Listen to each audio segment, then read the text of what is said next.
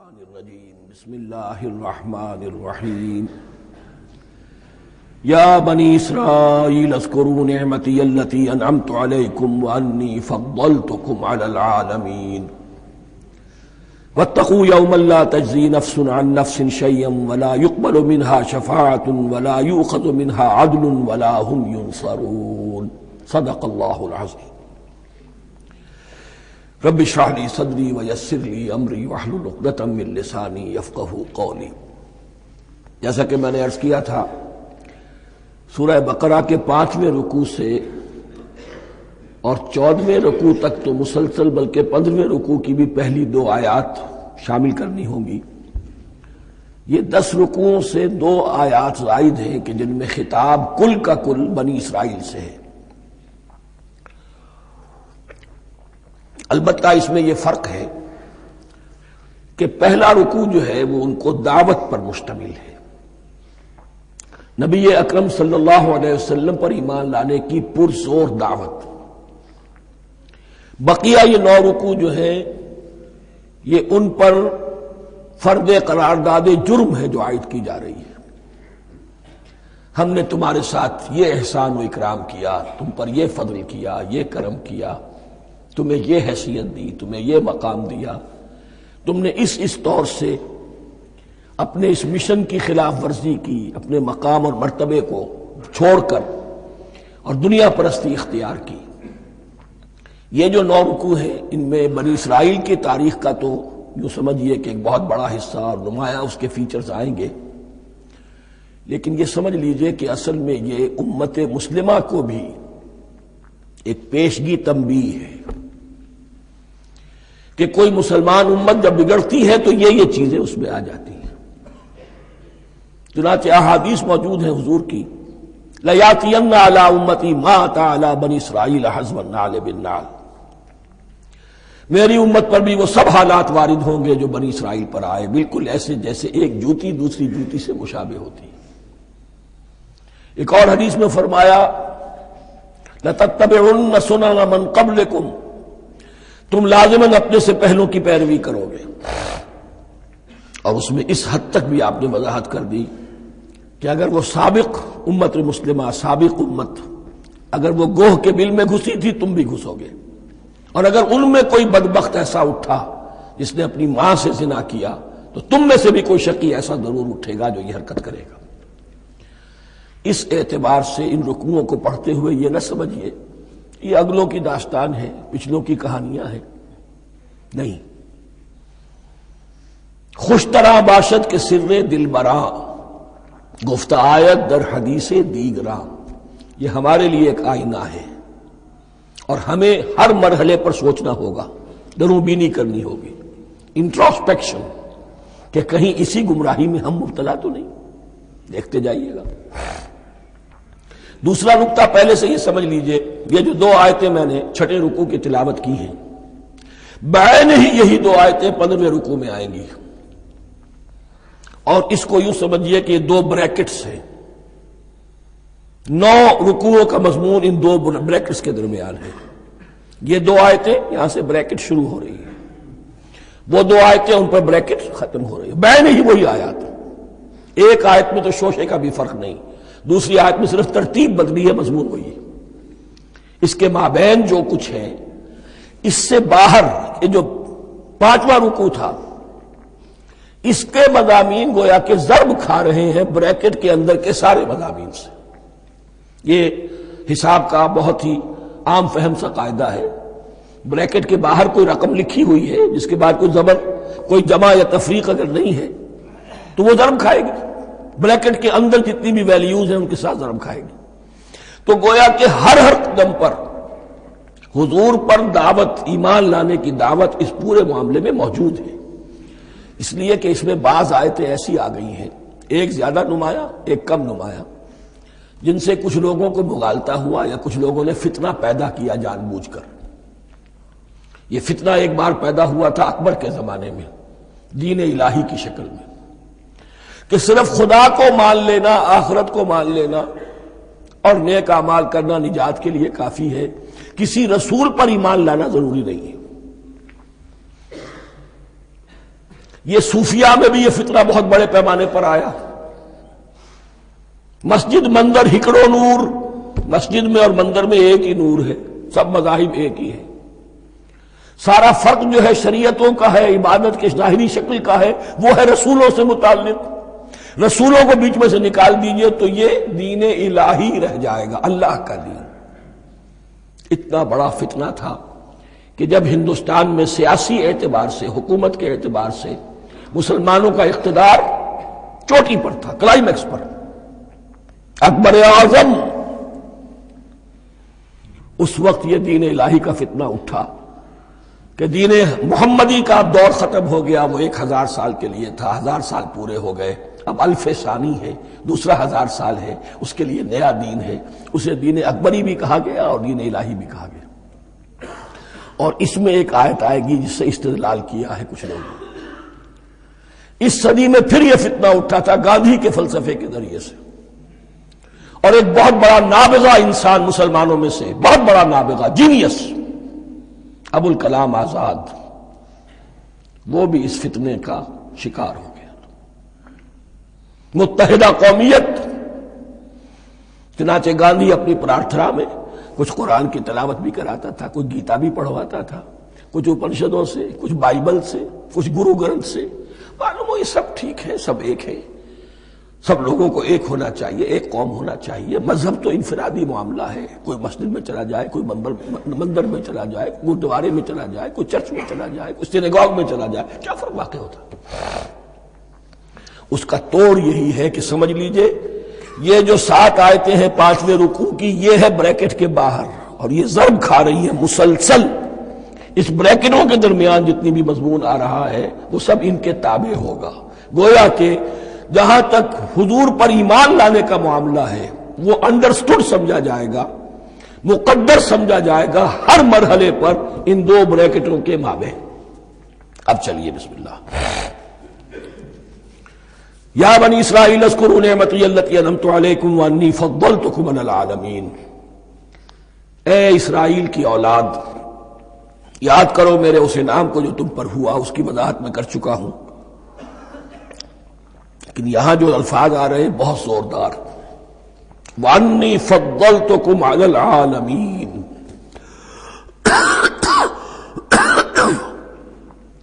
میں نے تمہیں فضیلت عطا کی تمام جہانوں پر. یہاں ایک قاعدہ نوٹ کر لیجئے، عربی نحو کا قاعدہ یہ ہے کہ کہیں ظرف جس میں کوئی شے ہے، ظرف کی جمع لے لیتے ہیں، مراد ہوتا ہے مظروف، ظرف کے اندر جو شے ہے اس کی جمع. تمام جہانوں پر فضیلت، کیا فرشتوں پر بھی فضیلت؟ نہیں، جہان والوں پر، تمام اقوام عالم پر تمہیں فضیلت عطا کی، یہ مطلب ہے اس کا. تمام عالموں پر، تمام جہانوں پر، یعنی تمام جہان والوں پر. اس انسان عالم انسانیت کے اندر جتنے بھی مختلف گروہ ہیں، نسلیں ہیں، طبقات ہیں، ان میں فضیلت عطا کی.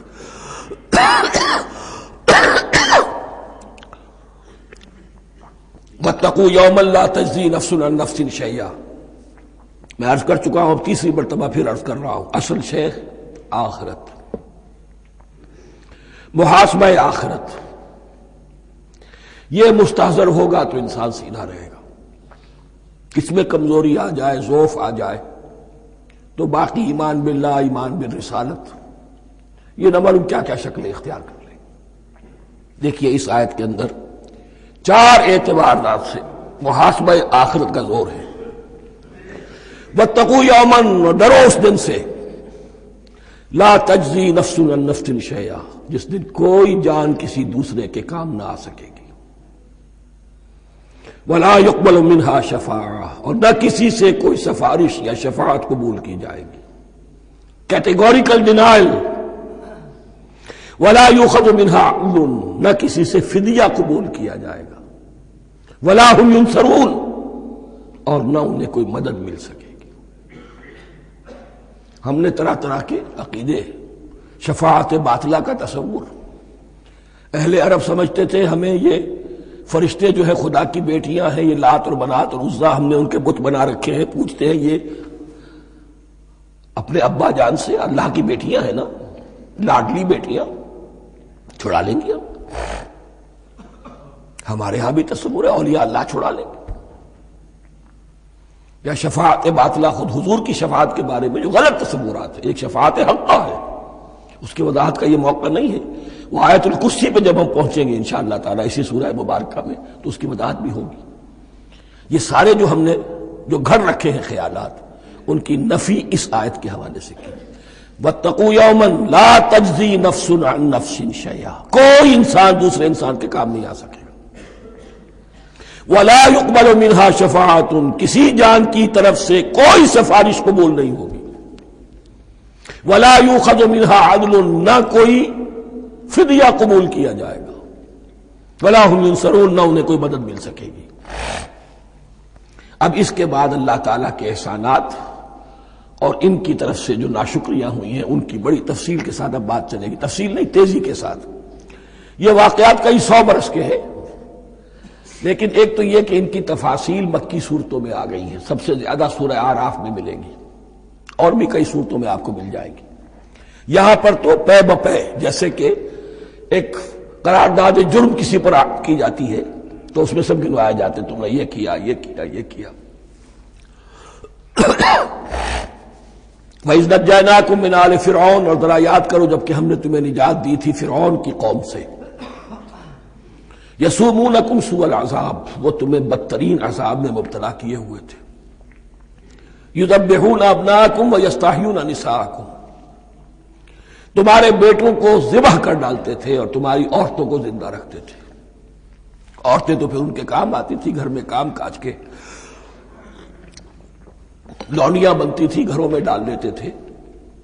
لیکن لڑکوں کو، اور یہ 2 موقع پر ہوا ہے بنی اسرائیل کے ساتھ، یہ بعد میں انشاءاللہ اس کی تفصیل آئے گی. وَفِي ذَلِكُمْ بَلَاءٌ مِّن رَبِّكُمْ عَظِيمٌ، اور یقیناً اس میں تمہارے رب کی طرف سے تمہارے لیے بڑی آزمائش تھی. وَإِذْ فَرَقْنَا بِكُمُ الْبَحْرَ، اور یاد کرو جب کہ ہم نے تمہارے لیے سمندر کو پھاڑ دیا یا دریا کو پھاڑ دیا. یہ ایک مختلف فی بات ہے کہ کس جگہ سے کراس کیا تھا بنی اسرائیل نے ایجپٹ سے سینائی پیننسولا آنے کے لیے جزیرہ نما سینا میں. ایک رائے یہ کہ دریائے نیل کو کراس کر کے گئے ہیں، لیکن یہ بات غلط ہے. دریائے نیل تو مصر کے اندر ہے، وہ کبھی بھی مصر کی حد نہیں بنا. کسی کی رائے یہ ہے کہ جو خلیج سویز ہے، بحر قلزم جو ہے ریڈ سی، وہ اوپر جا کر 2 کھاڑیوں میں تبدیل ہو جاتا ہے. خلیج عقبہ مشرق کی طرف اور خلیج سویز مغرب کی طرف، اور ان کے درمیان میں یہ سینائی پیننسولا جو ہے یہ تکون ہے. جیسے ہندوستان بھارت تکون ہے، ایسے یہ پیننسولا ہے، انڈین پیننسولا، سینائی پیننسولا. اور یہ سویز کینال تو بعد میں بنی ہے. خلیج سویز اور میڈیٹرینین بحیرہ روم کے درمیان یہ کچھ چھوٹی چھوٹی، اگرچہ چھوٹی تھی سمندر کے لحاظ سے، بہت بڑی بڑی جھیلیں تھیں، اور ان جھیلوں ہی کو پھر جوڑ جوڑ کر درمیان میں جو خشکی تھی اس کو کاٹ کر سویز کینال بنائی گئی ہے. تو اب تو یہ مسلسل ایک رابطہ ہے، لیکن معلوم ہوتا ہے کہ یا تو خلیج سویز کو کراس کیا ہے حضرت موسیٰ علیہ السلام نے، اور یہی میری رائے زیادہ یہی ہے، اس لیے کہ کوہ طور جو ہے وہ اس پیننسولا کی ٹپ پر ہے، نیچے ہے یہاں، جہاں پر بھی ان کا قیام رہا اور جہاں پھر حضرت موسیٰ کو 40 دن کے لیے کوہ طور پر بلا کر اور پھر انہیں تورات دی گئی ہے. تو معلوم ہوتا ہے کہ جو خلیج سویز ہے اسے کراس کیا ہے. کراس کس طرح کیا ہے کہ حضرت موسیٰ کے عصا کی ایک ضرب سے سمندر پھٹ گیا. فَكَانَ كُلُّ فِرْقٍ كَالطَّوْدِ الْعَظِيمِ، دونوں طرف چٹانوں کے مانند پہاڑ کی طرح جو ہے وہ سمندر کھڑا ہو گیا، اس کے راستے سے یہ نکل گئے. اور پھر جب فرعون اور اپنا لشکر لے کر جب آیا ہے اس نے سوچا ہم بھی نکل جائیں، وہ غرق ہو گئے، اس لیے کہ دونوں طرف کا پانی آپس میں مل گیا. یہ تھی کیفیت، اور معجزانہ کیفیت تھی. یہ کوئی فطرت کے یا نیچر کے اصول کے مطابق بات نہیں تھی، اور میں عرض کر چکا ہوں، آپ کو بتا چکا ہوں معجزہ کسے کہتے ہیں. وَإِذْ فَرَقْنَا بِكُمُ الْبَحْرَ فَأَنْجَيْنَاكُمْ، جب ہم نے تمہارے لیے یا تمہارے ساتھ سمندر کو پھاڑ دیا، تمہارے لیے تمہارے گزرگاہ بنانے کے لیے، تو تمہیں تو نجات دے دی. وَأَغْرَقْنَا آلَ فِرْعَوْنَ وَأَنْتُمْ تَنظُرُونَ، اور تمہاری نگاہوں کے سامنے فرعون کے لاؤ لشکر کو غرق کیا، تم دیکھ رہے تھے. یہ گزر چکے تھے، اس ساحل پر کھڑے ہیں، ادھر سے یہ داخل ہوئے ہیں اور پانی دونوں طرف سے آ کر مل گیا اور یہ غرق ہو گئے۔ وَإِذْ وَعَدْنَا مُوسَىٰ 40 لَيْلَةً، اور یاد کرو پھر جب کوہ طور پر ہم نے موسیٰ کو 40 دن کے لیے بلایا۔ ثُمَّ اتَّخَذْتُمُ الْعِجْلَ، ان کی غیر حاضری میں تم نے بچھڑے کی پرستی شروع کر دی، اسے معبود بنا لیا، من بعدہ، اس کی غیر موجودگی میں، وَأَنْتُمْ ظَالِمُونَ، تم بہت بڑا ظلم تھا جس کا ارتکاب کیا۔ ان الشرک لظلم عظیم، عظیم ترین ظلم جو ہے وہ شرک ہے، اور شرک جلی کی یہ شکل کہ بچڑے کو پوج رہے ہو۔ ثم عفونا عنکم من بعد ذلک، پھر ہم نے تمہیں اس کے بعد بھی معاف کیا، یہ ہمارا کرم رہا ہے، ہماری رحمت رہی۔ من بعد ذلک لعلکم تشکرون، تاکہ تم شکر کرو۔ وَإِذْ آتَيْنَا مُوسَى الْكِتَابَ وَالْفُرْقَانَ لَعَلَّكُمْ تَهْتَدُونَ، اور یاد کرو جب کہ ہم نے موسیٰ کو کتاب اور فرقان عطا فرمائی۔ یہ فرقان حق اور باطل کے درمیان فرق کر دینے والی چیز، اور کتاب عام طور پر جو آتا ہے وہ شریعت کے لیے آتا ہے، شریعت بھی دی، کتاب بھی دی اور فرقان بھی دیا، لعلکم تہتدون، تاکہ تم ہدایت پاؤ۔ وَإِذْ قَالَ مُوسَىٰ لِقَوْمِهِ، اور یاد کرو جب کہ کہا تھا موسیٰ نے اپنی قوم سے، یا قوم انکم ظلمتم انفسکم باتخاذکم العجل، اے میری قوم کے لوگوں، یقیناً تم نے اپنے اوپر بڑا ظلم کیا ہے بچڑے کو معبود بنا کر۔ فتوبوا الی بارئکم، پس توبہ کرو اپنے پروردگار، اپنے خالق کی جناب میں۔ باری اللہ تعالی ہے، باری۔ فاقتلوا انفسکم، تو قتل کرو اپنے آپ کو۔ یہ چیز جو ہے تورات میں تفصیل سے آئی ہے، قرآن میں نہیں ہے۔ اسی اعتبار سے میں نے آپ کو بتایا تھا کہ تورات کا مطالعہ اس اعتبار سے مفید ہے کہ بہت سے واقعات جن کا قرآن میں ذکر ہے، اجمالاً اشارہ ہے، اس کی تفصیل کے لیے ہمیں تورات سے رجوع کرنا پڑتا ہے، ورنہ یہ کہ اس آیت کا صحیح مفہوم واضح نہیں ہوگا۔ فاقتلوا انفسکم، اپنے آپ کو قتل کرو، کیا مانی؟ یہ قتل مرتد کی سزا ہے۔ وہاں معلوم ہوتا ہے کہ حضرت موسیٰ نے یہ حکم دیا، 12 قبیلے تھے، ہر قبیلے میں سے کچھ لوگوں نے یہ کفر اور شرک کیا، باقی لوگوں نے نہیں کیا۔ انہیں حکم دیا گیا کہ اپنے قبیلے کے لوگ ان کو قتل کریں جو ان کے قبیلے میں سے اس کفر کے مرتکب ہوئے۔ انفسکم سے مراد یہ اپنے قبیلے کے لوگوں کو تم قتل کرو، اس لیے کہ قبائلی زندگی جو ہوتی ہے آپ کو معلوم ہے، اس میں کوئی اور قبیلہ ہاتھ لگا دے تو قبائلی عصبیت بھڑک اٹھے گی۔ 70,000 یہودی قتل ہوئے، اس سے بڑی توبہ اور ممکن نہیں، اس سے بڑا پرج، کسی بھی آئیڈیولوجیکل پارٹی کے اندر پرج بہت ضروری ہوتا۔ کچھ لوگ آ گئے ایک نظریے کو قبول کر کے، رفتہ رفتہ نظریہ اوجل ہو گیا، کچھ مفادات، کچھ چودراہٹیں یہ مقدم ہو گئی، اسی سے جماعتیں خراب ہوتی ہیں، غلط راستے پہ پڑ جاتی ہیں، تحریکیں بھٹک جاتی ہیں۔ تو آئیڈیولوجیکل پارٹی، نظریاتی جماعتیں پرج کرتی رہتی ہیں کہ جو بھی ہمارے نظریے سے ہٹ گئے اب ان کو ہم کاٹ کر علیحدہ کر دیں، اور یہی سے قتل مرتد۔ تو یہ چیز حدیث میں ہے یا پھر قرآن میں یہاں ہے۔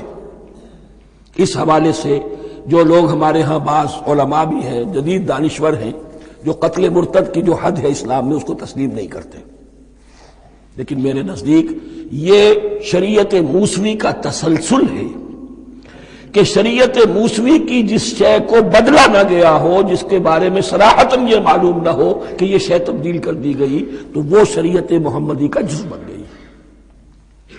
زنا پر رجم کا معاملہ بھی یہی ہے۔ قرآن مجید میں رجم کی صحیح آیت کوئی موجود نہیں ہے، حدیث میں ہے۔ قرآن مجید میں مرتد کے قتل کے لیے کوئی آیت موجود نہیں ہے، حدیث میں ہے، سنت میں ہے، اور دونوں کی کا جو منبع ہے وہ اصل میں تورات ہے۔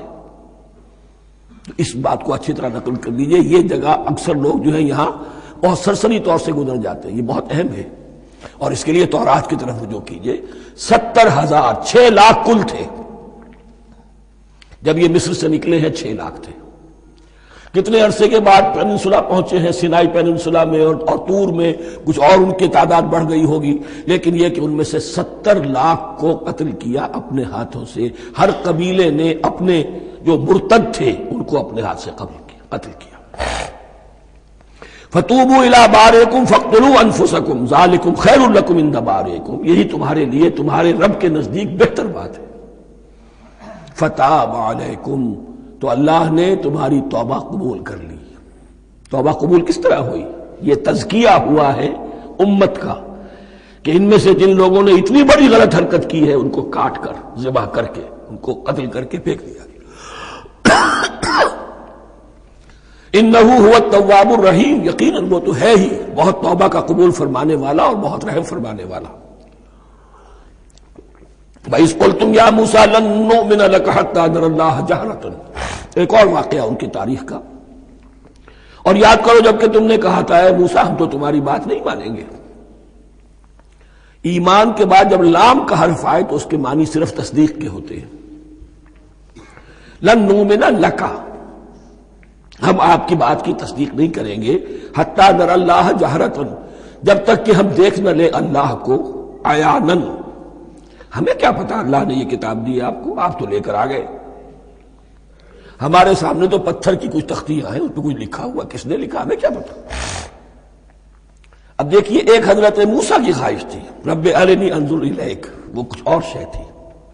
یہ تخریبی ذہن ہے جو یہ کہہ رہا ہے کہ ہم بھی چاہتے ہیں کہ اللہ کو اپنی آنکھوں سے دیکھیں اور معلوم ہو کہ واقعی اس نے یہ کتاب آپ کو دی ہے. فَأَخَذَتْكُمُ الصَّاعِقَةُ، تو تمہیں آپ پکڑا ایک بہت بڑی کڑک نے، ایک بہت بڑی کڑک ہوئی اور سب کے سب مردہ ہو گئے. وَأَنْتُمْ تَنظُرُونَ، تمہارے دیکھتے دیکھتے ایک کڑک نے تمہیں آ لیا. ثُمَّ بَعَثْنَاكُم مِّن بَعْدِ مَوْتِكُمْ، پھر ہم نے تمہیں دوبارہ اٹھایا تمہاری موت کے بعد.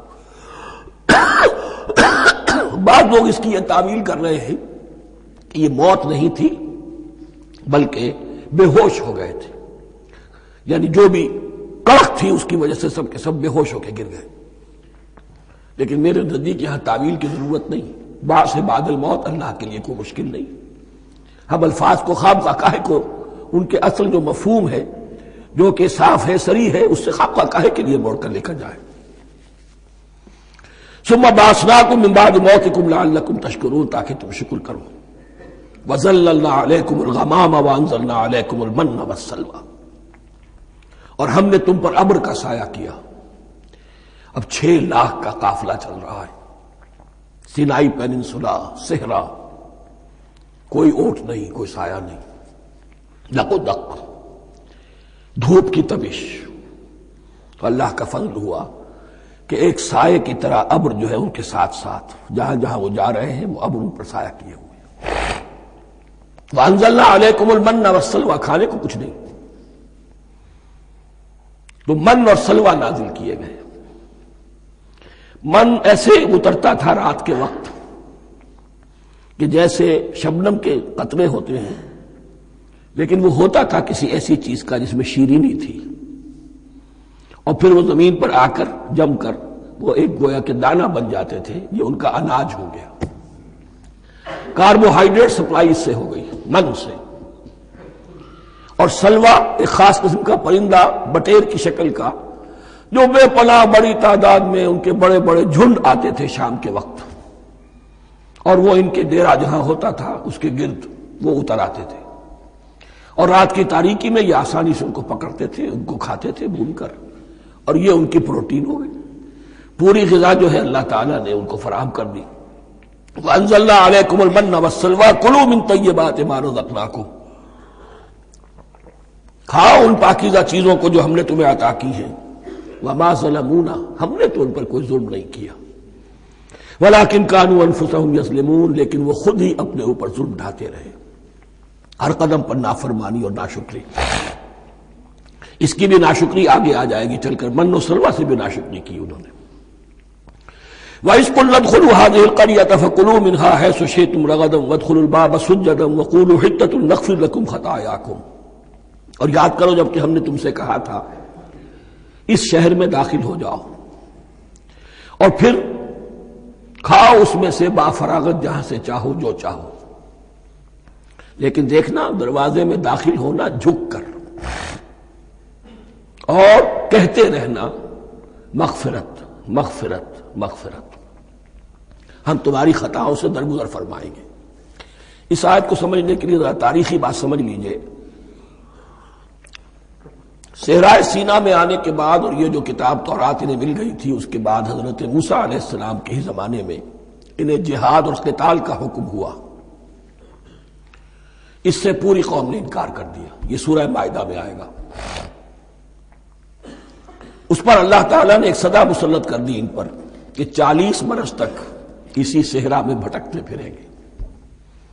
اگر یہ ابھی قتال کرتے، جہاد کرتے، تو پورا فلسطین ان کے ہاتھ پر ابھی فتح کرا دیتے، لیکن چونکہ انہوں نے بزدلی دکھائی ہے، اب سزا یہ ہے فَإِنَّهَا مُحَرَّمَةٌ عَلَيْهِمْ 40 سَنَةً يَتِيهُونَ فِي الْأَرْضِ، اب 40 برس تک یہ اسی صحرا میں بھٹکتے پھریں گے، اور ارض فلسطین جو ان کے لیے ارض موعود تھی وہ ان پر حرام کر دی گئی 40 سال کے لیے۔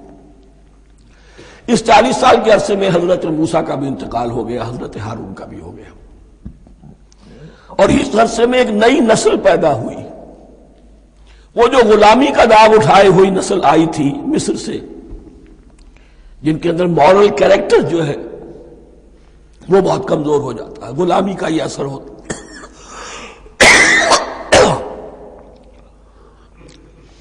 وہ پوری نسل ختم ہو گئی، نئی نسل اب پیدا ہوئی۔ 40 برس صحرا میں پیدا ہوئے، یہی پلے بڑھے، ان میں اب ایک جذبہ تھا۔ حضرت موسیٰ کے پھر جو خلیفہ تھے یوشع ابن نون، جوشوا، تورات میں ان کا نام جوشوا ہے، یوشع، ان کی سرکردگی میں اب بنی اسرائیل کی اس نئی نسل نے قتال کیا، جنگ کی، اور پہلا شہر جو فتح ہوا وہ اریحا۔ آج بھی وہ شہر جو ہے جیریکو جو آپ دیکھتے ہیں خبروں کے اندر آتا ہے بار بار، اریحا اس کا پرانا نام ہے، یہ شہر فتح ہوا۔ اس فتح کی بات کا تذکرہ ہو رہا ہے۔ یاد کرو جب کہ ہم نے تم سے کہا تھا اس بستی میں، اس شہر میں داخل ہو جاؤ فاتحانہ، اور پھر جو کچھ یہاں ہے، جو نعمتیں ہیں، ان سے متمتع ہو، کھاؤ پیو، لیکن داخل ہونا سجدہ کرتے ہوئے، مراد کیا، جھک کر، یعنی ایسا نہ ہو کہ تکبر کی وجہ سے تمہاری گردنیں اکڑ جائیں، گردنیں جھکا کر اللہ کا احسان مانو، یہ نہ سمجھو کہ یہ فتح تم نے حاصل کی۔ اس کی تفسیر اصل میں نظر آتی ہے حضور کی شخصیت میں، کہ جب فتح مکہ کے موقع پر مکے میں داخل ہوئے ہیں تو جس سواری پر آپ بیٹھے ہوئے تھے، آپ کی پیشانی اس کی گردن کے ساتھ جڑی ہوئی تھی۔ یہ وقت ہوتا ہے جب کہ تکبر اور تعلی، فاتح کی حیثیت سے آنا، اور بندہ مومن کے لیے یہی وقت ہے تواضع کا، جھکنے کا۔ وَقُولُوا حِطَّةٌ، حتیٰ یہود تو کہتے ہیں جھاڑ دینے کو، تو اس کے معنی کیا ہے، اے اللہ ہمارے گناہ جھاڑ دے، مغفرت، اے اللہ ہمیں مغفرت، ہماری مغفرت فرما، جو خطائیں ہو گئی بخش دے۔ قولوا حِطَّةٌ، تمہاری زبان پر استغفار ہونا چاہیے، تمہاری گردنیں جھکی ہوئی ہونی چاہیے۔ نغفر لکم خطایاکم، اگر تم اس پر عمل کرو گے ہم تمہاری خطایا جو ہے، خطائیں جو ہیں انہیں معاف فرما دیں گے۔ وسنزید المحسنین، اور جو تم میں محسن ہوں گے انہیں اور بھی زیادہ دیں گے، اور انعام و اکرام آئیں گے۔ فبدل الذین ظلموا قولا غیر الذی قیل لہم، تو ان میں سے جو ظالم تھے، جو بد کردار تھے، انہوں نے بدل دیا، ایک اور قول اختیار کر لیا اس قول کی جگہ جو انہیں کہا گیا تھا۔ کہا گیا تھا حتہ حتہ، انہوں نے کہنا شروع کیا ہنتا ہنتا، ہمیں تو گیہوں چاہیے، گیہوں چاہیے۔ یہ بعد میں ابھی آ جائے گا اگلے رکوع کے اندر، کہ من و سلوہ سے ان کی طبیعتیں بھر گئی تھی ایک ہی چیز کھا کھا کے۔ اب وہ کہہ رہے تھے کوئی چیز ہمیں جو ہے زمین کی روئیدگی میں سے، پیداوار میں سے، تو وہ ان کے زبان پر انہوں نے مذاق اڑاتے ہوئے گویا کہ حضرت موسیٰ علیہ السلام کے ذریعے سے حکم ملا ہے، استہزاء کر رہے ہیں، حتۃ کی بجائے حنتۃ۔ فانزلنا علی الذین ظلموا رجزا من السماء بما كانوا یفسقون، تو جن لوگوں نے یہ حرکت کی تھی ان پر ہم نے آسمان سے ایک بہت بڑا عذاب نازل کیا۔ تورات سے معلوم ہوتا ہے کہ پلیگ آئی، اور جنہوں نے یہ حرکت کی تھی وہ سب کے سب ہلاک ہو گئے یریکو کے اندر، بما کانوا یفسقون، بسبب اس نافرمانی کے جو انہوں نے کی۔ وَإِذِ اسْتَسْقَىٰ مُوسَىٰ لِقَوْمِهِ فَقُلْنَا اضْرِب بِّعَصَاكَ الْحَجَرَ۔ اب یہ پھر صحرائے سینا کا واقعات آ رہے ہیں، ان میں ترتیب زمانی نہیں ہے۔ اریحا کی فتح جو ہے حضرت موسیٰ کے بعد ہے، لیکن اب یہاں پہ پھر ابھی وہ جو صحرائے تیہ میں جب بھٹک رہے تھے پھر اس کا ذکر ہے۔ وَإِذِ اسْتَسْقَىٰ مُوسَىٰ لِقَوْمِهِ فَقُلْنَا اضْرِب بِّعَصَاكَ الْحَجَرَ، اور جب کہ موسیٰ کی قوم نے موسیٰ سے پانی طلب کیا۔ اب صحرا میں آپ کو معلوم ہے جہاں پڑاؤ تھا اب وہاں پانی نہیں ہے، 6 لاکھ ہو 7 لاکھ ہو کتنے افراد ہو پانی چاہیے۔ وَإِذِ اسْتَسْقَىٰ مُوسَىٰ لِقَوْمِهِ فَقُلْنَا اضْرِب بِّعَصَاكَ الْحَجَرَ، تو ہم نے کہا کہ اپنے عصا سے ضرب لگاؤ چٹان، فَانْفَجَرَتْ مِنْهُ اثْنَتَا عَشْرَةَ عَيْنًا، تو اس سے 12 چشمے پھوٹ بہے۔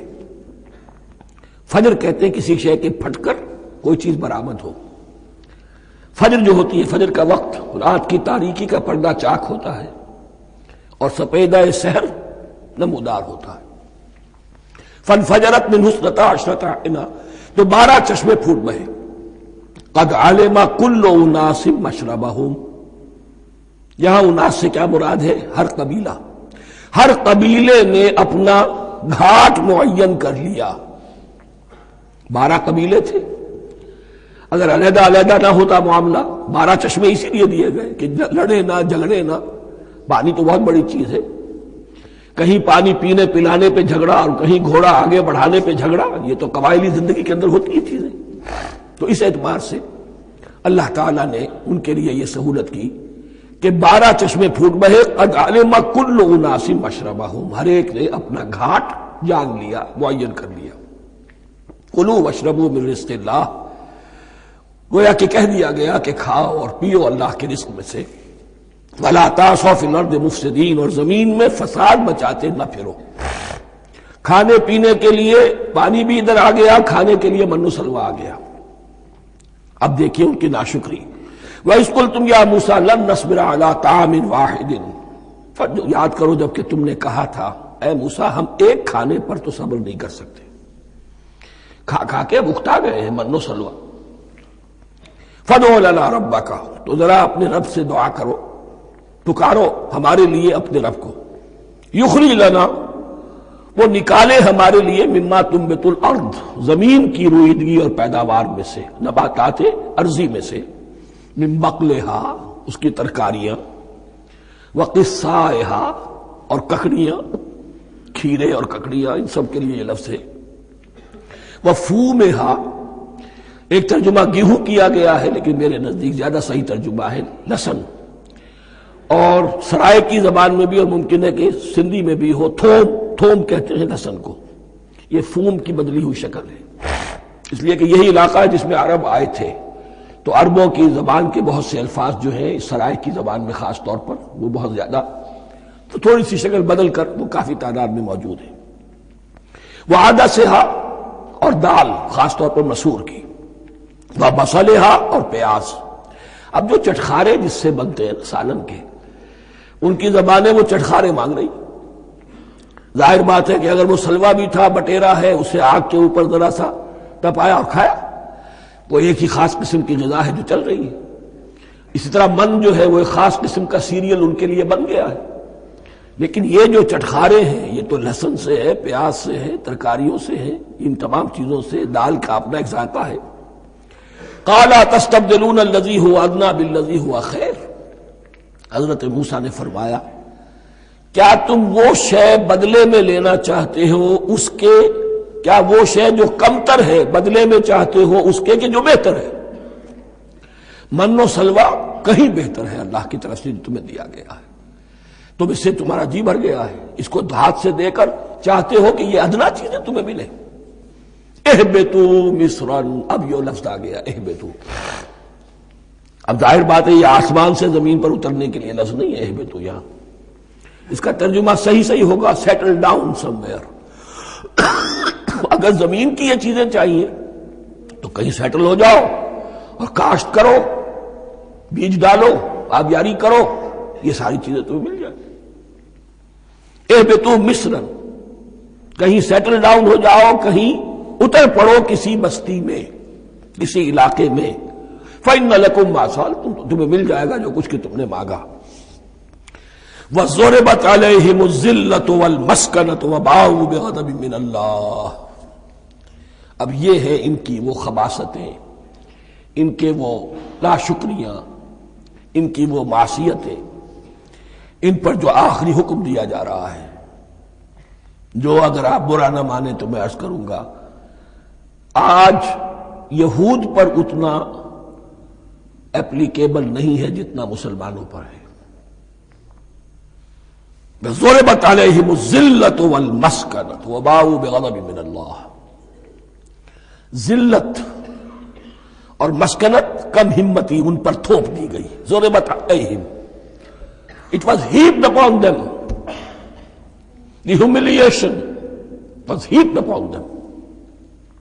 ضربت علیہم الذلۃ والمسکنۃ وباؤوا بغضب من اللہ، اور وہ اللہ کا غضب لے کر لوٹے۔ وہی امت جس کے بارے میں فرمایا وَأَنِّي فَضَّلْتُكُمْ عَلَى الْعَالَمِينَ، اسی امت کا پھر یہ حشر ہوا۔ کیوں ہوا؟ نافرمانی۔ تمہیں کتاب دی تھی کہ تم پیروی کرو، تمہیں کتاب دی تھی کہ اسے قائم کرو۔ وَلَوْ أَنَّ أَهْلَ الْكِتَابِ أَقَامُوا التَّوْرَاةَ وَالْإِنْجِيلَ وَمَا أُنزِلَ إِلَيْهِمْ مِنْ رَبِّهِمْ لَأَكَلُوا مِنْ فَوْقِهِمْ وَمِنْ تَحْتِ أَرْجُلِهِمْ۔ اگر یہ تورات اور انجیل کو قائم کرتے، نافذ کرتے، تو نعمتیں زمین بھی اگلتی، ان کے قدموں کے نیچے سے نعمتیں جو ہیں وہ پھوٹتی، اور ان کے سروں کے اوپر سے بھی بارش ہوتی نعمتوں کی۔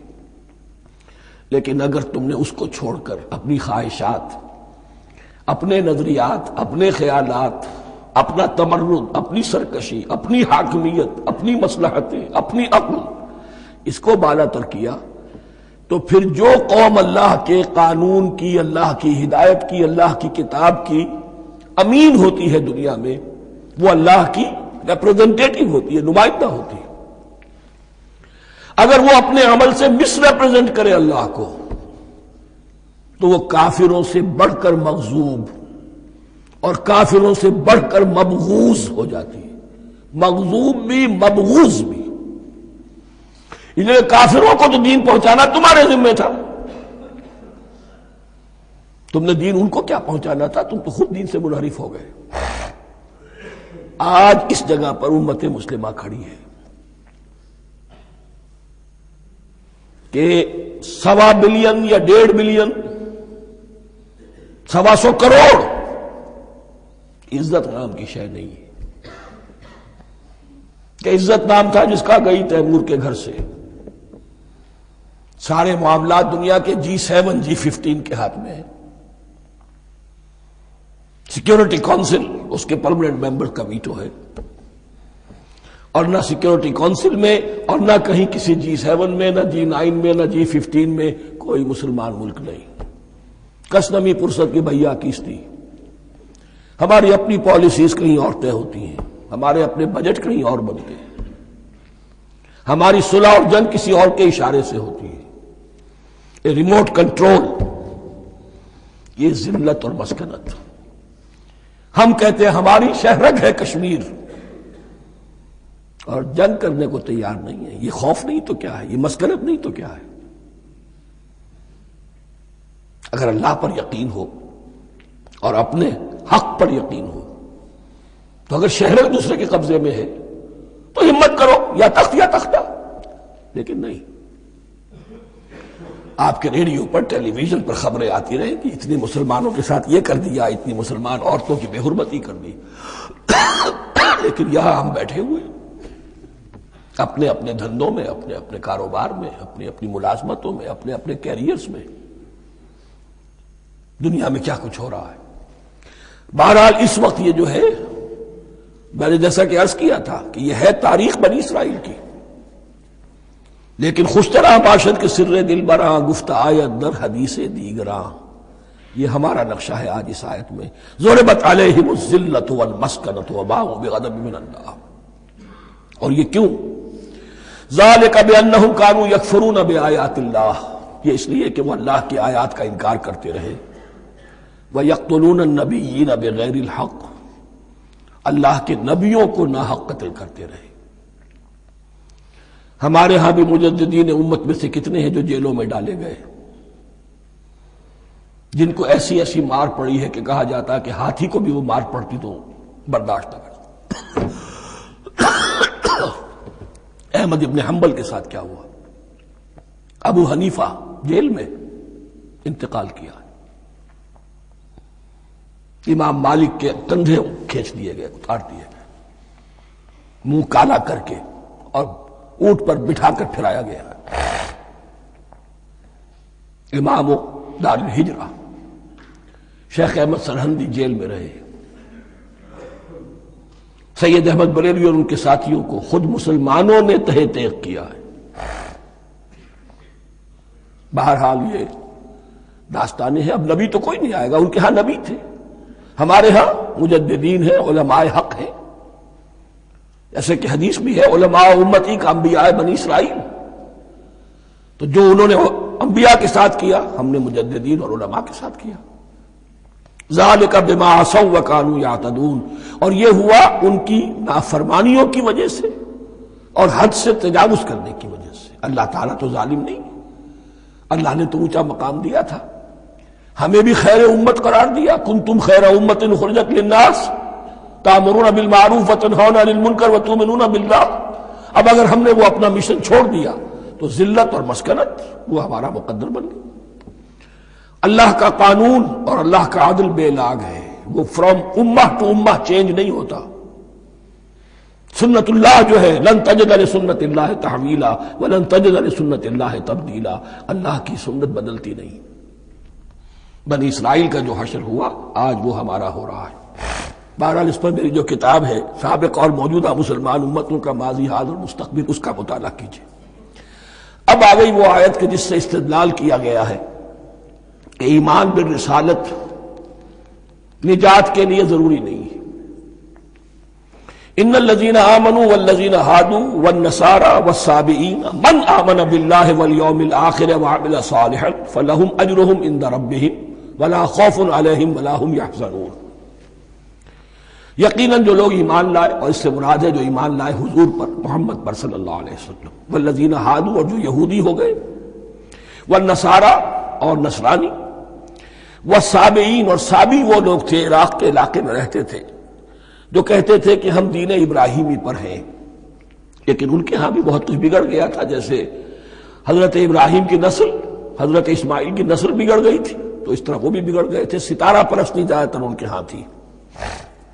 من آمن باللہ والیوم الآخر، جو کوئی بھی ایمان لایا اللہ پر اور یوم آخر پر، وعمل صالحا، اور اس نے عمل کیے اچھے، فلہم اجرہم عند ربہم، تو ان کے لیے محفوظ ہے ان کا اجر ان کے رب کے پاس، ولا خوف علیہم ولا ہم یحزنون، اور نہ ان پر کوئی خوف ہوگا اور نہ وہ کسی حزن سے دوچار ہوں گے۔ ظاہر الفاظ کے اعتبار سے دیکھیے کہ یہاں ایمان بالرسالت کا ذکر نہیں ہے۔ ویسے تو اگر کوئی اس سے یہ غلط استدلال کرتا ہے تو اس کا پہلا جو اصولی جواب ہے وہ تو یہ ہے کہ ایسی حدیثیں بھی موجود ہیں، من قال لا الہ الا اللہ دخل الجنہ، تو اس کے کیا معنی ہے؟ صرف کہنے سے جنت میں داخل ہو جائیں گے، کسی عمل کی ضرورت نہیں؟ جواب یہ دیا جائے گا پورے قرآن کو سامنے رکھو، پورے حدیث کے ذخیرے کو سامنے رکھو، کسی ایک جگہ سے کوئی ایک نتیجہ نکال لینا وہ صحیح نہیں۔ لیکن اس کے علاوہ وہ اصول جو میں بیان کر چکا ہوں کہ یہ سلسلہ شروع کہاں سے ہوا ہے، 5واں رکوع، وآمنوا بما انزلت مصدقا لما معكم ولا تكونوا اول كافر به، انہیں ایمان کی زوردار دعوت سے تو یہ ساری بات شروع ہوئی ہے۔ اب فصاحت اور بلاغت کا یہ تقاضا ہے کہ بار بار اس کو دہرایا نہ جائے، وہ بات انڈرسٹوڈ رہے گی، مقدر رہے گی، سمجھی جائے گی کہ ہر جگہ پر وہ موجود ہے، اس لیے کہ ساری گفتگو ہو رہی ہے اسی کے حوالے سے۔ وآمنوا بما انزلت مصدقا لما معكم ولا تكونوا اول كافر به ولا تشتروا بآياتي ثمنا قليلا وإياي فاتقون۔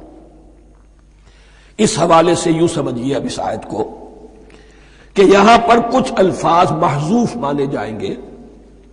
ان الذین آمنوا والذین ہادوا والنصارى والصابئین من آمن باللہ والیوم الآخر وعمل صالحا فی ایامہم فلہم اجرہم عند ربہم ولا خوف علیہم ولا ہم یحزنون. ہر دور میں جبکہ ابھی حضرت عیسیٰ نہیں آئے تھے تو جو بھی یہودی تھے اس وقت تک حضرت موسیٰ کے ماننے والے، وہ جو بھی اللہ پر ایمان رکھتے تھے اور نیک عمل کرتے تھے، آخرت کو مانتے تھے، ان کی نجات ہو جائے گی. لیکن حضرت عیسیٰ کے آنے کے بعد ان کو نہیں مانا، اب وہ کافر قرار پائے. لیکن اب حضرت عیسیٰ کے آنے کے بعد جب تک حضور نہیں آئے جو بھی مانتا ہے، لیکن یہ کہ شرط یہی ہوگی کہ اپنے اپنے زمانے میں، اصل میں نفی جس بات کی جا رہی ہے وہ یہ ہے کہ یہ نہ سمجھو کہ کسی گروہ میں ہونے سے نجات ہوتی ہے. نجات کسی گروہ میں ہونے کی وجہ سے نہیں ہے، نجات کی بنیاد ایمان اور عمل صالح ہے. کسی رسول پر ایمان لانا اپنے دور کے رسول پر وہ تو لازم ہے، لیکن یہ ہے کہ اس پر ایمان تو لے آئے اور عمل صالح نہیں ہے تو نجات نہیں ہوگی. تو یہ اپنے اپنے دور میں، اپنے اپنے زمانے میں ہر امت کے لیے وَلِكُلِّ أُمَّةٍ أَجَلٌ قرآن مجید کے ایک مقام پر آیا ہے، ہر امت کے لیے ایک خاص معین مدت ہے. اس معینہ مدت میں اب ظاہر بات ہے جو لوگ حضور کی بعثت سے پہلے فوت ہو گئے ان پر تو کوئی ذمہ داری نہیں تھی حضور پر ایمان لانے کی. اور ایسے لوگ تھے، ایسے موحدین مکے میں موجود تھے جو یہ کہتے تھے کعبے کے پردے پکڑ پکڑ کر، اے اللہ ہم صرف تجھے پوجنا چاہتے ہیں، صرف تیری بندگی کرنا چاہتے ہیں، لیکن جانتے نہیں کیسے کریں. یہ بات موجود تھی اور ان کا انتقال بھی ہو گیا. یہ زید، سعید ابن زید، سعید جو حضرت عمر کے بہنوئی تھے اور وہ عشرہ مبشرہ میں سے ہیں، ان کی اہلیہ حضرت فاطمہ بنت خطاب، ان دونوں کے ایمان کو اللہ نے ذریعہ بنایا حضرت عمر کے ایمان کا. اور یہ والد تھے سعید کے زید، وہ یہ کہتے ہوئے دنیا سے چلے گئے حضور کی ابھی بعثت ہی نہیں ہوئی تھی، اے اللہ میں صرف تیری بندگی کرنا چاہتا ہوں، کیسے کروں یہ نہیں جانتا. اسی کو ذہن میں رکھیے، اہدنا الصراط المستقیم جو میں نے کہا تھا، ایک سلیم الفطرت انسان، سلیم العقل انسان توحید تک پہنچ جاتا ہے، آخرت کو پہچان لیتا ہے. لیکن اب کیا کروں؟ اس شریعت کے لیے، ان احکام کے لیے وہ دستے سوال دراز کرنے پر مجبور ہے.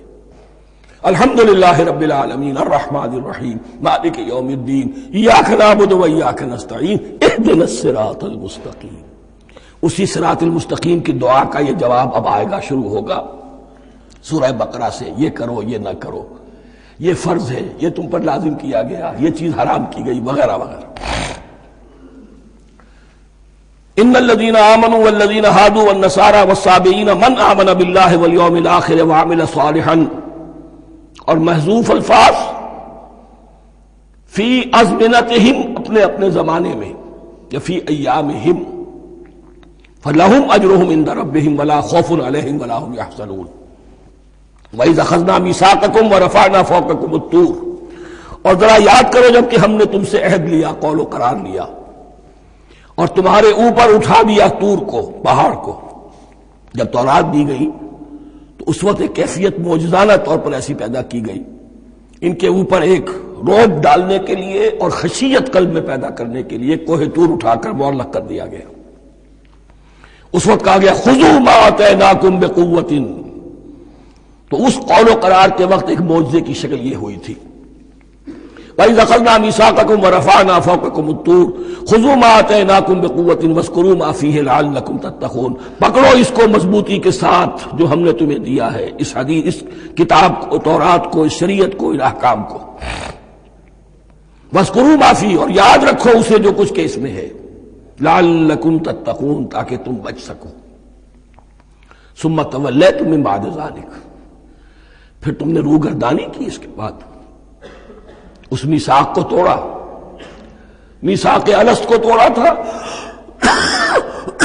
اور دوسرے یہ میثاق شریعت جو تم سے لیا گیا اس کو بھی توڑا. ثم تولیتم من بعد ذلک فلولا فضل اللہ علیکم ورحمتہ لکنتم من الخاسرین.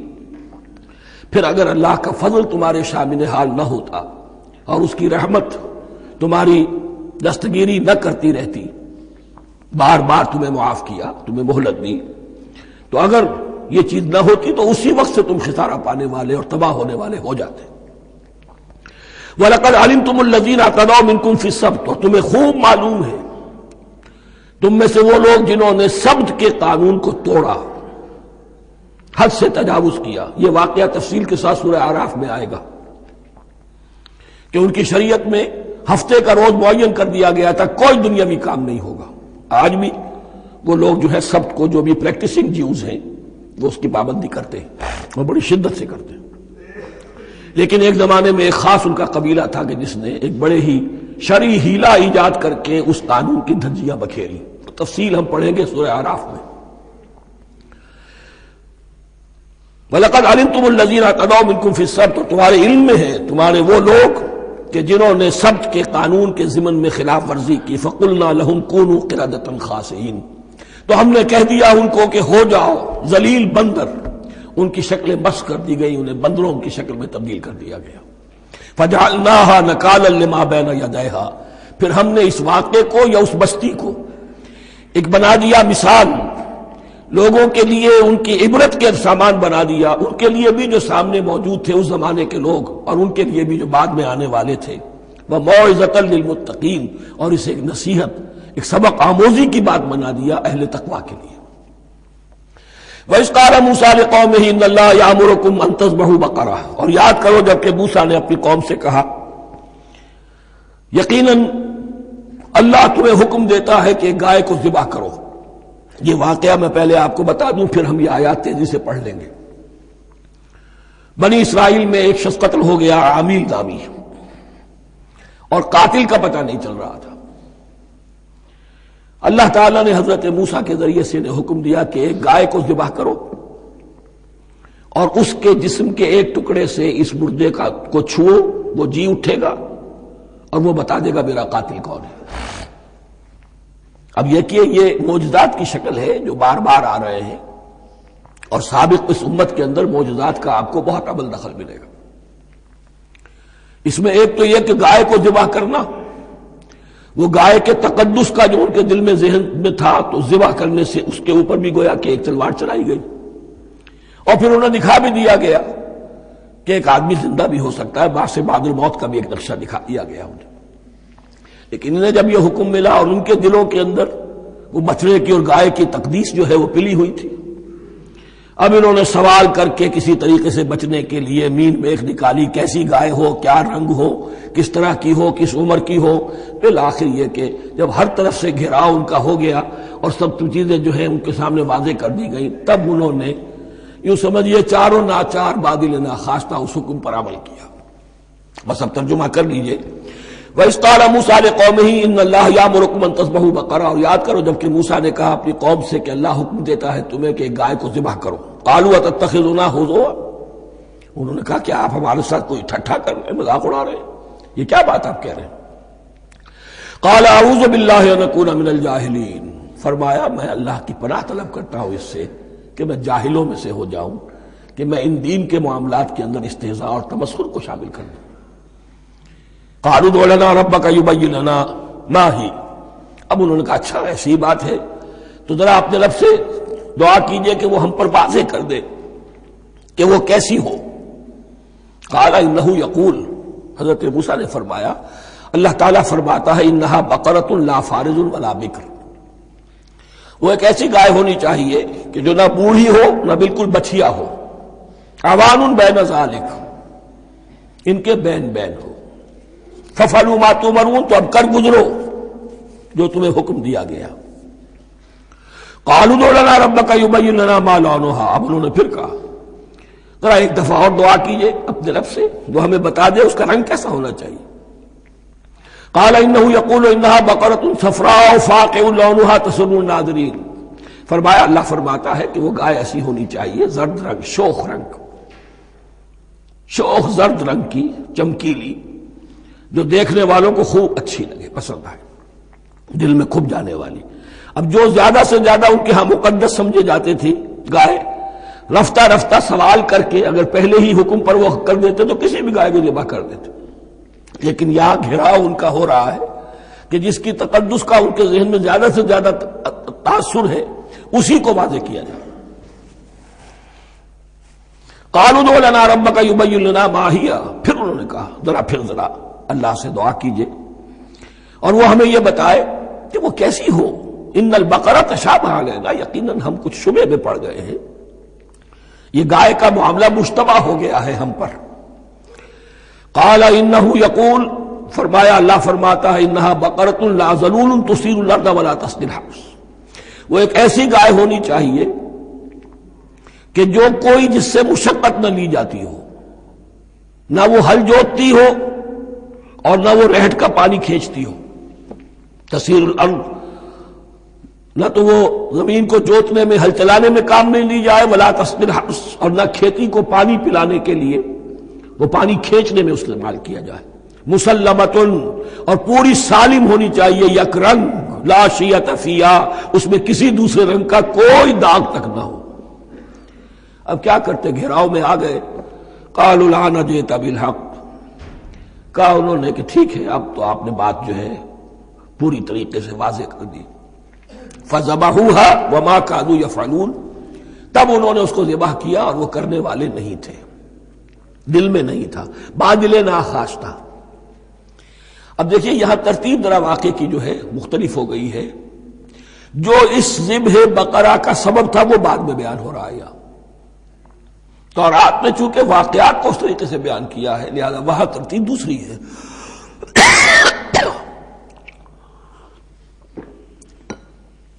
وَإِذْ قَتَلْتُمْ نَفْسًا فَادَّارَأْتُمْ فِيهَا، اور یاد کرو جب کہ تم نے ایک جان کو قتل کیا تھا اور اس کا الزام تم ایک دوسرے پر لگا رہے تھے، یعنی کسی کا پتہ نہیں چل رہا تھا قاتل کون ہے. وَاللَّهُ مُخْرِجٌ مَا كُنتُمْ تَكْتُمُونَ، اور اللہ تعالیٰ فیصلہ کر چکا تھا کہ جو کچھ تم چھپا رہے ہو اسے نکال کر رہے گا، واضح کرے گا. فَقُلْ اضْرِبُوهُ بِبَعْضِهَا، تو ہم نے حکم دیا کہ اس کی لاش کو اس گائے کے ایک ٹکڑے سے، اس کے جسم کے ایک حصے سے ضرب لگاؤ. كَذَلِكَ يُحْيِي اللَّهُ الْمَوْتَىٰ، اور دیکھو اس طریقے سے اللہ مردوں کو زندہ کر دے گا. تھوڑی دیر کے لیے وہ زندہ ہوا اور اس نے اپنے قاتل کا نام بتا دیا. وَيُرِيكُمْ آيَاتِهِ لَعَلَّكُمْ تَعْقِلُونَ، اور وہ تمہیں دکھاتا ہے اپنی آیات تاکہ تم عقل سے کام لو. اب جو الفاظ آ رہے ہیں بہت سخت ہیں، بہت سخت ہیں، لیکن ان کو پڑھتے ہوئے درون بینی ضرور کیجیے گا، اپنے اندر جھانکیے گا. ثُمَّ قَسَتْ قُلُوبُكُمْ، پھر تمہارے دل سخت ہو گئے. جب دین میں ہیلے بہانے نکالے جانے لگے اور ہیلوں بہانوں کے ذریعے سے شریعت کے احکام سے بچا جائے، اللہ کو دھوکہ دینے کی کوشش کی جائے، اس کا جو نتیجہ نکلتا ہے وہ دل کی سختی. ثم قست قلوبکم، پھر تمہارے دل سخت ہو گئے. فہی کالحجارۃ او اشد قسوہ، تو وہ تو اب پتھروں کے مانند ہیں بلکہ سختی میں ان سے بھی زیادہ شدید ہے. یہ ویسے بھی فصاحت اور بلاغت کا بھی بڑا ایک عمدہ مقام ہے قرآن کا. وَإِنَّ مِنَ الْحِجَارَةِ لَمَا يَتَفَجَّرُ مِنْهُ الْأَنْهَارُ، پتھروں میں سے تو ایسے بھی ہوتے ہیں جن میں سے چشمے پھوٹ بہتے ہیں. وَإِنَّ مِنْهَا لَمَا يَشَقَّقُ فَيَخْرُجُ مِنْهُ الْمَاءُ، اور ایسے بھی ہیں جو شق ہو جاتے ہیں، پتھر چٹانیں، ان میں سے پانی برآمد ہو جاتا ہے. وَإِنَّ مِنْهَا لَمَا يَهْبِطُ مِنْ خَشْيَةِ اللَّهِ، اور ان میں وہ بھی ہوتے ہیں جو اللہ کے خوف سے گر پڑتے ہیں. وَمَا اللَّهُ بِغَافِلٍ عَمَّا تَعْمَلُونَ، اور اللہ تعالیٰ غافل نہیں ہے اس سے کہ جو تم کر رہے ہو. یہ کیفیت جو ہے ثُمَّ قَسَتْ قُلُوبُكُمْ فَهِيَ كَالْحِجَارَةِ وَأَشَدُّ قَسْوَةً، ہے کون؟ یا بنی اسرائیل اذکروا نعمتی التي انعمت علیکم وانی فضلتکم علی العالمین، جن پر 1400 برس ایسے گزرے کہ کوئی لمحہ ایسا نہ تھا کہ نبی موجود نہ ہو، جنہیں 3 کتابیں دی گئیں. لیکن یہ کہ اپنی بدعملی، عقائد میں بھی مین بیخ کر کے اپنے آپ کو بچانے کے راستے نکال لینا، اعمال میں بھی ہیلوں کے ذریعے سے، کتاب الحیل کے ذریعے سے اپنے آپ کو ذمہ داریوں سے مبرہ کر لینا، اس کا نتیجہ پھر یہ نکلتا ہے. اللہ تعالیٰ مجھے اور آپ کو اس انجام بد سے بجائے. بارک اللہ لی ولکم فی القرآن العظیم ونفعنی وإیاکم بالآیات والذکر الحکیم.